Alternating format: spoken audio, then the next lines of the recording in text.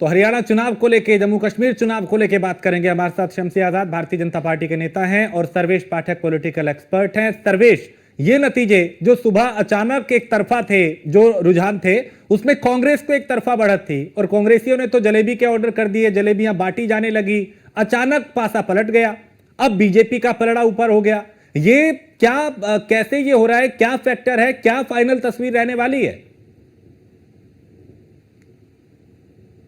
राजेश मुझसे पूछा जी। देखिए राजेश जी, ये सचमुच सुबह में जो आंकड़ा था वो कुछ और आंकड़े थे। और अगर आप कमोबेश ऐसा देखेंगे तो जो सुबह में सबसे पहला जो वोट खुलता है वो पोस्टल बैलेट खुलता है। तो पोस्टल बैलेट में कहीं ना कहीं कांग्रेस को बढ़त मिली हरियाणा में। और उसके बाद जब ईवीएम खुला, जो ईवीएम में जनता ने अपना जो मतदान दिया था, उसके बाद पूरी पिक्चर क्लियर हो गई। और अभी देखिए ऑलमोस्ट 1:15 के आसपास हो चुके हैं और कमोबेश स्थिति जो है वो यही बनी रहेगी। अभी भी कुछ कहा जा रहा है कि कुछ जो 24 या 20 सीटें ऐसे हैं जिसपे जीत का मार्जिन 2000 से 5000 के नीचे का है, तो वहां पे उलटफेर हो सकता है।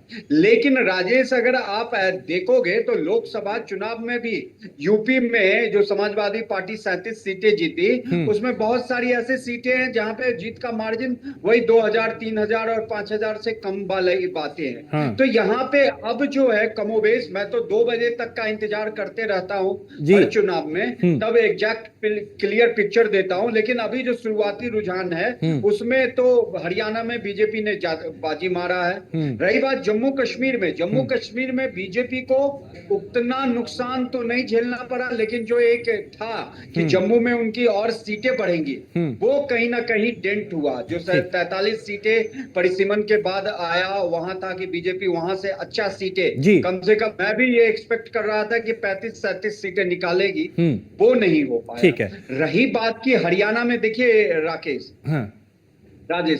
कि दंगल है, एक पहलवानी का दंगल होता है, अखाड़ा होता है, दूसरा राजनीति का अखाड़ा होता है, और इन दोनों को अलग रहना चाहिए। मैं इसलिए बार बार कह रहा हूं कि भले विनेश फोगाट अपने सीट से जीत जाए, लेकिन जिस तरीके से सरकार की इमेज को प्रस्तुत किया गया, वही हरियाणा के और भी जो हमारे खिलाड़ी gold medal, sorry bronze medal जीत के इस बार आए, उनका कोई सम्मान नहीं। और विनेश फोगाट को लेके कांग्रेस हवाई हो गया।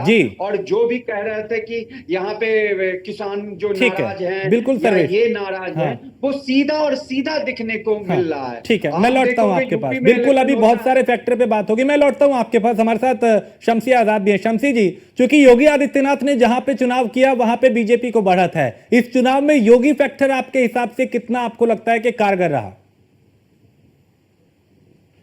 जी नमस्कार आपको और आपके चैनल के सभी दर्शकों को। जी देखिए, योगी जी का अगर बात की जाए तो उत्तर प्रदेश में भी आपने देखा था कि जब 2022 का चुनाव हो रहा था तो सारी ताकतें एक साथ लगी हुई थी भारतीय जनता पार्टी को हराने के लिए। और ये भी कहा जा रहा था कि मोदी जी का भी थोड़ा सा ग्लैमर कम हो गया, मोदी जी कमजोर पड़े। तो उस समय भी उत्तर प्रदेश में योगी जी ने अपनी बहुमत लाकर ये दिखलाया कि बिल्कुल आज भी जो है भगवा और आज भी जो है सनातनियों की यहाँ पर विजय हो सकती है। यही कुछ देखने को हरियाणा में मिला कि जहां जहां पर योगी जी ने अपनी रैली की, जहां जहां पर अपनी सभाएं की, वहां पर भरपूर संख्या में मतदाता पहुंचे। मतदाताओं के साथ साथ जो वहां पर जो राजनीतिक गणितज्ञ थे, उन्होंने भी ये कह दिया था बिल्कुल साफ कि यहाँ पर अगर कमल दम तोड़ता हुआ दिख रहा था तो संजीवनी के रूप में यहाँ पर योगी जी ने काम किया। और हरियाणा में जो उन्होंने रैली की, जहाँ पर सभाएं की, वहां पर आज जो है भारतीय जनता पार्टी का परचम लहरा रहा है। तो कहीं ना कहीं ये देखा जाए कि एक दूसरी लहर चल रही कि मोदी जी के बाद अगर पूरे भारत में, अगर कोई पूरे हिंदुस्तान में कोई भारतीय जनता पार्टी को संजीवनी बूटी का रूप दे सकता है, संजीवनी के रूप में विजय दिला सकता है, तो यकीनन वो योगी आदित्यनाथ जी। जिस तरीके से उन्होंने इसके पहले महाराष्ट्र में चुनाव प्रचार किया, राजस्थान में चुनाव प्रचार किया, जहां कहीं पर भी चुनाव प्रचार किया, तो वहां पर यही ओवरऑल देखने को रिजल्ट मिला कि 100% रिजल्ट वहां ये रहा कि भारतीय जनता पार्टी के प्रत्याशी वहां पर विजय हासिल हुए हैं, वहां पर जीत दर्ज की है। हरियाणा में तो बिल्कुल ये लग रहा था कि सुबह की जलेबी जो है भारतीय जनता पार्टी के जीत के लड्डू की मिठास को बिल्कुल खत्म कर देगी। लेकिन जलेबी के बारे में कहा यह जाता है कि जलेबी का मजा सिर्फ जो है गर्म होने तक रहता है। बिल्कुल, चूंकि सुबह शमसी जी, सुबह हमने भी जलेबी देखी थी, कांग्रेस मुख्यालय में जलेबियां बांटी जा रही थी और मोहसिन वहीं पे हमारे संवाददाता आप भी मौजूद है। मोहसिन, सुबह जो जलेबियां बांटी जा रही थी वो तो एकदम जायका बिल्कुल बदल गया, बिल्कुल बिगड़ गया। अभी तो हालात बिल्कुल बदल गए। मोहसिन, आवाज मिल रही है? शायद अभी आवाज मोहसिन तक नहीं पहुंच पा रही। हाँ, शायद आवाज नहीं पहुंच रही। लेकिन सर्वेश, ये अचानक जो ये पलटफेर हुआ, सबसे बड़ा फैक्टर क्या आपको लगता है कि भाई पहले एक तरफा आप बढ़त बनाए हुए, फिर अचानक जज्बात बदल गए, हालात बदल गए, जलेबियां तक बांट दी गई, ढोल नगाड़े तक बज गए? राजेश भाई, यही कहा जाता है कि इलेक्शन जो होता है और चुनाव जो होता है वो उसमें कुछ भी बड़े बड़े चुनावी पंडित यूं फेल हो जाते हैं। अभी देखिए यहाँ पे फिर से एग्जिट पोल फेल होता नजर आया हरियाणा के मामले में। जो हरियाणा के मामले में तो जज्बात बदल गए, पूरा जो है जायका वहां का बदल गया। जैसे कि अभी हमारे बीजेपी के प्रवक्ता महोदय ने बोला कि जलेबी जो है गरम गरम ही खाई जाती है और उसका जो प्रभाव रहता है वो सुबह में बनता है और वो तभी आप 1 घंटे के अंदर खा ले, आधे घंटे के अंदर, तभी उसका जायका जो है आपको पता चलता है। ठीक है मोहसिन, चूंकि सुबह तो जलेबियां बांटी जा रही थी, कांग्रेस ने तो और ज्यादा ऑर्डर कर दिया होगा रुझान देख के, अभी जलेबी का जायका तो बिगड़ गया लगता है।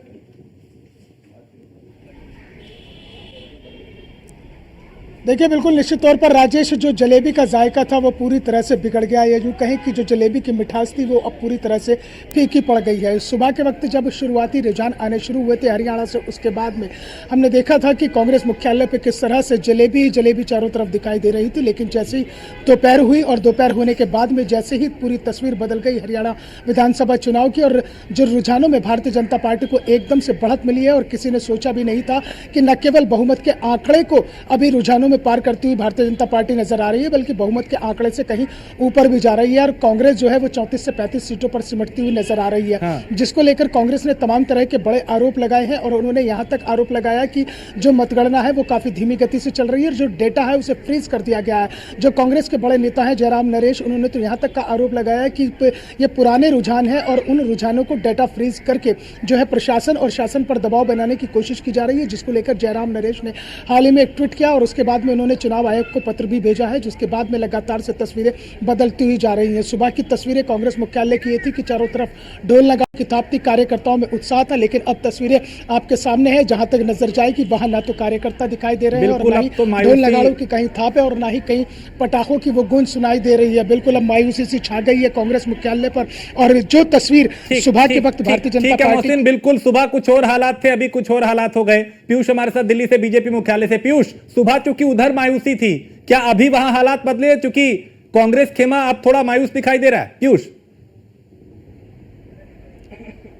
बिल्कुल, अगर हम बात करें तो सुबह में भी आपने इस बात का जिक्र किया था कि भारतीय जनता पार्टी मुख्यालय में किस तरीके की तैयारियां हैं, क्या लड्डू बन रहे हैं, नहीं बन रहे हैं, मिठाइयां बन रही हैं, नहीं बन रही है। तो उस वक्त भी मैंने बताया था कि भारतीय जनता पार्टी को जब तैयारी करनी होती है तो आधे से 1 घंटे में भारतीय जनता पार्टी वो सारी तैयारियां कर लेती है, और उसी की बानगी जो है वो भारतीय जनता पार्टी मुख्यालय में भी देखने को मिल रही है। हालांकि सोर्सेस के हवाले से ये भी जानकारी मिल रही है कि करीब 100 किलो के आसपास जो जलेबी है वो ऑर्डर की गई है, क्योंकि हरियाणा चुनाव के दौरान जलेबी काफी चर्चाओं में रही। और आपने सुबह में देखा कि कांग्रेस पार्टी मुख्यालय में किस तरीके से जो जलेबी है वो बांटी गई थी। ऐसे में भारतीय जनता पार्टी मुख्यालय में भी थोड़ी देर पहले तमाम जो बीजेपी नेता हैं, कार्यकर्ता हैं, उन्होंने एक दूसरे को जलेबी खिलाई है। इसके साथ ही अगर हम बात करें तो प्रधानमंत्री नरेंद्र मोदी भी देर शाम भारतीय जनता पार्टी मुख्यालय पहुंचेंगे और कहीं ना कहीं कार्यकर्ताओं को संबोधित करते हुए नजर आएंगे।